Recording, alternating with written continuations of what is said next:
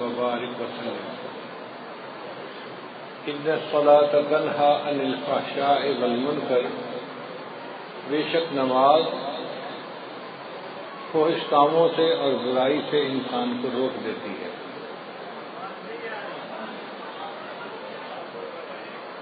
دین کے 5 ارکان ہیں جن میں نماز سب سے اعلیٰ رکن ہے۔ نبی نے سامنے ارشاد فرمایا، حبب الی من دنیاکم ثلاث، تمہاری اس دنیا میں مجھے 3 چیزیں بہت پیاری ہیں، ایک خوشبو، دوسرا نیک بیوی، اور تیسرا میری آنکھوں کی ٹھنڈک نماز میں ہے۔ تو نماز کو آنکھوں کی ٹھنڈک فرمایا۔ ایک حدیث پاک میں نبی صاحب نے فرمایا کہ الصلاۃ معراج المومن، نماز تو مومن کی معراج ہے۔ نبی علیہ السلام کو اللہ تعالیٰ نے جسمانی معراج عطا فرمائی تھی، مومن کو نماز پڑھنے سے روحانی معراج حاصل ہو جاتی ہے۔ جتنے باقی احکام ہیں اللہ تعالیٰ نے اسی دنیا میں بھیجے۔ نماز کے حکم کے لیے اللہ نے اپنے محبوب صلی اللہ علیہ وسلم کو عرش پر بلایا اور وہاں پر نماز کا تحفہ عطا فرمایا۔ شروع میں 50 نمازیں فرض تھیں۔ نبی علیہ السلام جب واپس آنے لگے تو بہت خوش تھے کہ میرے پروردگار نے مجھے تحفہ دیا، میں اپنی امت کے پاس اللہ کا تحفہ لے کر جاؤں گا۔ راستے میں ایک آسمان کے اوپر حضرت موسیٰ علیہ السلام انتظار میں تھے۔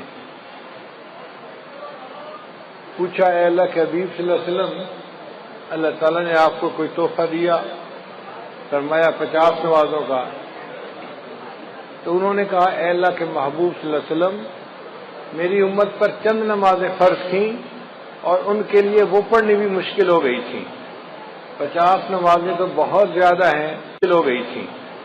50 نمازیں تو بہت زیادہ ہیں، آپ اللہ تعالیٰ سے عرض کریں کہ اللہ اس کو کم کر دیں۔ تو نبی علیہ السلام پھر اوپر عرش پر تشریف لے گئے۔ اللہ تعالیٰ نے 5 نمازیں کم کر دیں، 45 ہو گئیں۔ پھر دوبارہ موسیٰ علیہ السلام نے کہا، پھر نبی علیہ السلام نے دوسری مرتبہ عرض کیا تو 40 ہو گئیں۔ غرض 9 مرتبہ اوپر نیچے جانا ہوا اور 45 نمازیں معاف ہو گئیں اور 5 نمازیں رہ گئیں۔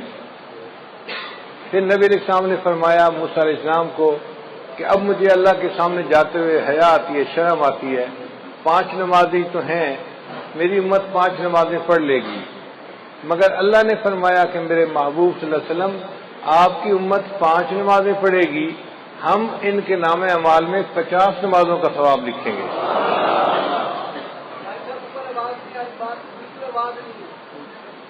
من جاء بالحسنۃ فلہ عشر امثالھا، اللہ تعالیٰ نے 10 گنا اجر دینے کا وعدہ فرمایا۔ اب یہاں پر 2-3 نکتے ہیں، وہ ذرا غور سے سنیے کہ نبی علیہ السلام نے مسجد اقصیٰ میں سب انبیاء کی امامت فرمائی،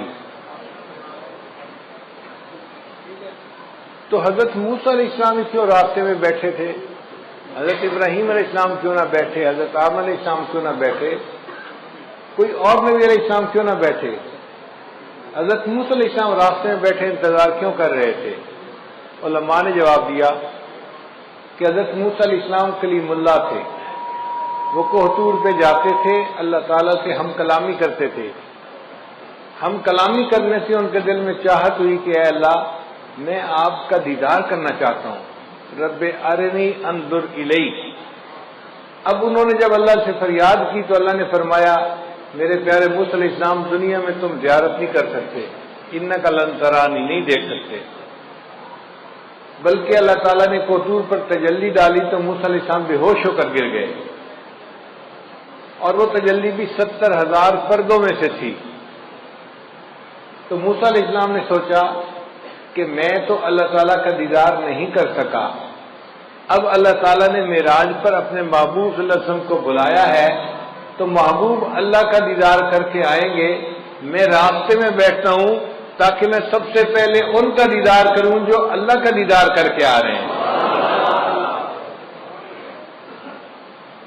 دوسرا نقطہ کہ اللہ تعالیٰ چاہتے تو 50 کو پہلی دفعہ ہی 45 کر دیتے، چلو 5 رہ گئی، 45 معاف۔ یہ 5 5 5 کر کے 9 دفعہ چکر لگانا، یہ کیا مسئلہ ہوا؟ علماء نے جواب دیا کہ اللہ تعالیٰ اگر چاہتے تو ایسا کر سکتے تھے، مگر اللہ تعالیٰ نے 5 5 نمازوں کو معاف اس لیے کیا کہ کل کو کہنے والے اعتراض نہ کریں کہ اللہ کے حبیب صلی اللہ علیہ وسلم کو معراج حاصل ہوا تھا، بس ایک دفعہ چلے گئے تھے۔ اللہ نے فرمایا نہیں، ایک دفعہ وہ عرش پر نہیں آئے، میرے محبوب جتنی مرتبہ چاہیں گے اتنی مرتبہ عرش کے اوپر آئیں گے۔ تو 9 مرتبہ نبی علیہ السلام عرش پر گئے اور اللہ نے 45 نمازوں کو معاف کر دیا اور باقی 5 نمازیں رہ گئیں۔ اب ایک تیسرا نقطہ بڑا مزے کا ہے کہ حضرت موسیٰ علیہ السلام نے کہا کہ اللہ کے حبیب صلی اللہ علیہ وسلم 50 نمازیں بہت زیادہ ہیں، آپ کم ہونے کی درخواست کریں۔ تو کیا حضرت موسیٰ علیہ السلام نبی علیہ السلام سے زیادہ ذہین تھے؟ خود نبی علیہ السلام کو خیال نہ آیا کہ کم کروا لینی چاہیے؟ تو علماء نے اس کا جواب دیا ہے، وجہ یہ تھی کہ نبی علیہ السلام اللہ کی تجلی سے حاصل کر چکے تھے، اللہ کا دیدار کر چکے تھے۔ اس دیدار کرنے کی وجہ سے نبی علیہ السلام پر اللہ کے عشق کے ایک غلبے کی کیفیت تھی۔ اس حال میں اللہ اگر 500 نمازوں کا حکم بھی فرما دیتے تو نبی علیہ السلام اس کو بھی قبول فرما لیتے۔ جب محبوب کا جلوہ ہوتا ہے پھر بندے کو پتہ نہیں چلتا، اور اس کی دلیل یہ ہے کہ یوسف علیہ السلام کا جلوہ ہوا تھا اور مصر کی عورتوں نے اپنے ہاتھوں کی انگلیاں کاٹ لی تھیں، ان کو پتہ ہی نہیں چلا تھا کیا کاٹ رہی ہیں۔ تو اگر عورتیں اپنے ہاتھوں کی انگلیاں کاٹ سکتی تھیں تو نبی علیہ السلام کو جب اللہ کا دیدار نصیب ہوا تو محبوب کا ذہن اس طرف گیا ہی نہیں کہ یہ زیادہ ہیں۔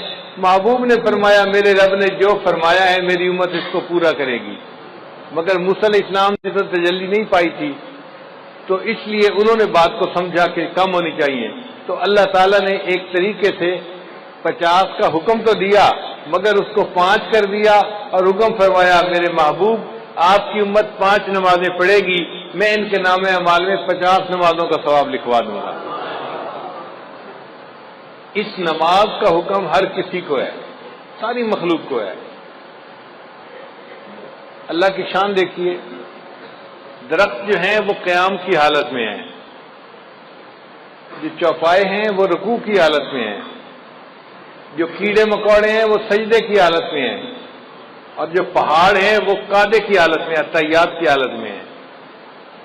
کل قد علم صلاتہ و تسبیحہ، اللہ فرماتے ہیں ہر کسی کو اپنی نماز کا پتہ ہے کہ کیسے ادا کرنی ہے، مگر ساری مخلوق ایک ایک رکن ادا کر رہی ہے۔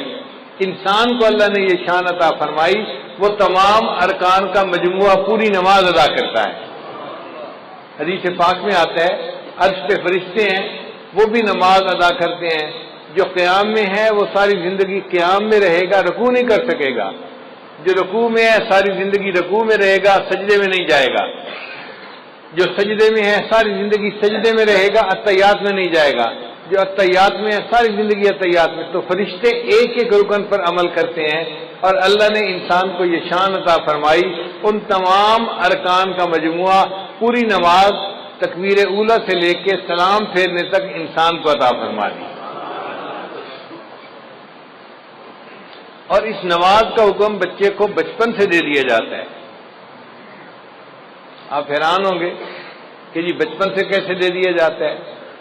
بھئی دیکھیں جب بچہ پیدا ہوتا ہے تو ایک کان میں اذان اور دوسرے میں اقامت۔ تو اذان میں کیا کہتے ہیں؟ حی علی الصلاۃ، حی علی الفلاح۔